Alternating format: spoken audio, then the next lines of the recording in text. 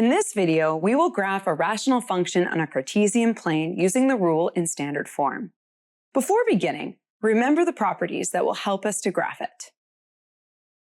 The rule of a rational function in standard form is written as follows: f of x equals a over b times x minus h plus k. A rational function is a hyperbola composed of two branches that are separated by asymptotes. The equation of the horizontal asymptote is y equals k, and the equation of the vertical asymptote is x equals h. The sign of parameters a and b determines if the curves are increasing or decreasing. If a and b have the same sign, the curves are decreasing and are located at the upper right and bottom left of the asymptotes, like this. If a and b are opposite signs, that means the curves are increasing and located at the upper left and bottom right of the asymptotes. In other words, by looking at the four parameters of the function, a quick sketch of the graph can be made. Now, let's look at how to do this in more detail. Here is the rule of a rational function. First, notice that this rule is not written in standard form because the coefficient of the x variable isn't 1. This being said, we have to factor out the greatest common factor. The rule becomes f of x equals negative 60 divided by 2 times x plus 5 plus 15. Comparing this with the basic model of standard form, we can deduce that h is negative 5 and k is 15. On the graph, you can place a horizontal asymptote at y equals 15 and a vertical asymptote at x equals negative 5.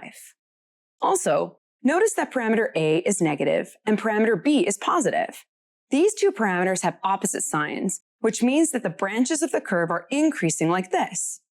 That's it for the sketch. Now, let's calculate the value of some of the points to get a more precise graph. We can start by calculating the y-intercept, or f of 0. So replace x with 0 in the rule. Follow the order of operations while doing the calculation. 0 plus 5 in brackets is 5. 2 times 5 equals 10. Negative 60 divided by 10 is negative 6. Finally, negative 6 plus 15 equals 9. F of 0 is equal to 9, so the curve of the function passes through the point 0, 9. Now let's look at the 0 of the function, also called the x-intercept. This time, it is f of x that must be replaced by 0 to then isolate x. Start by subtracting 15 from both sides to isolate the fraction. When this is done, we can cross-multiply.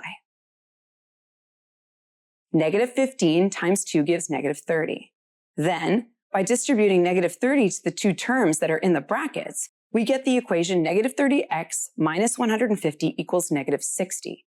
Add 150 to both sides, which gives negative 30x equals 90. Finally, divide by negative 30, which gives x is equal to negative 3. The curve of the function crosses the x-axis at the point negative 3, 0. Now we know the coordinates of 2 points of the curve to the right of the vertical asymptote. To be more precise, let's find a third point before moving on to the other curve.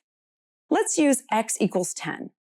By replacing x with 10 in the rule and doing the same calculations as before, we find that f of 10 is 13. So we can place the point 10, 13 on the graph.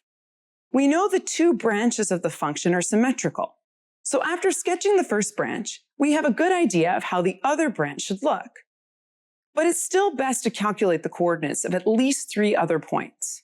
Let's choose the following x values: negative 20, negative 10, and negative 7. By replacing x with negative 20, our calculations give the value 17. The point negative 20, 17 can then be placed on the Cartesian plane. By replacing x with negative 10, we get 21, and we replace the point negative 10 and 21. Finally, with an x of negative 7, we get a y of 30, and we place the point negative 7, 30. For an even more accurate graph, feel free to find more points in the same way. When sketching the graph of a rational function, it's important to closely approach the horizontal asymptote and then sketch a curve that becomes steeper as it passes through the points that have been calculated. Your curve becomes straighter as it approaches the vertical asymptote. The same principle applies to the other branch of the function. Hopefully, this video has helped you understand how to graph a rational function on the Cartesian plane. If you already have the graph of a rational function and are looking for its rule, there's a video for that. Make sure to check it out.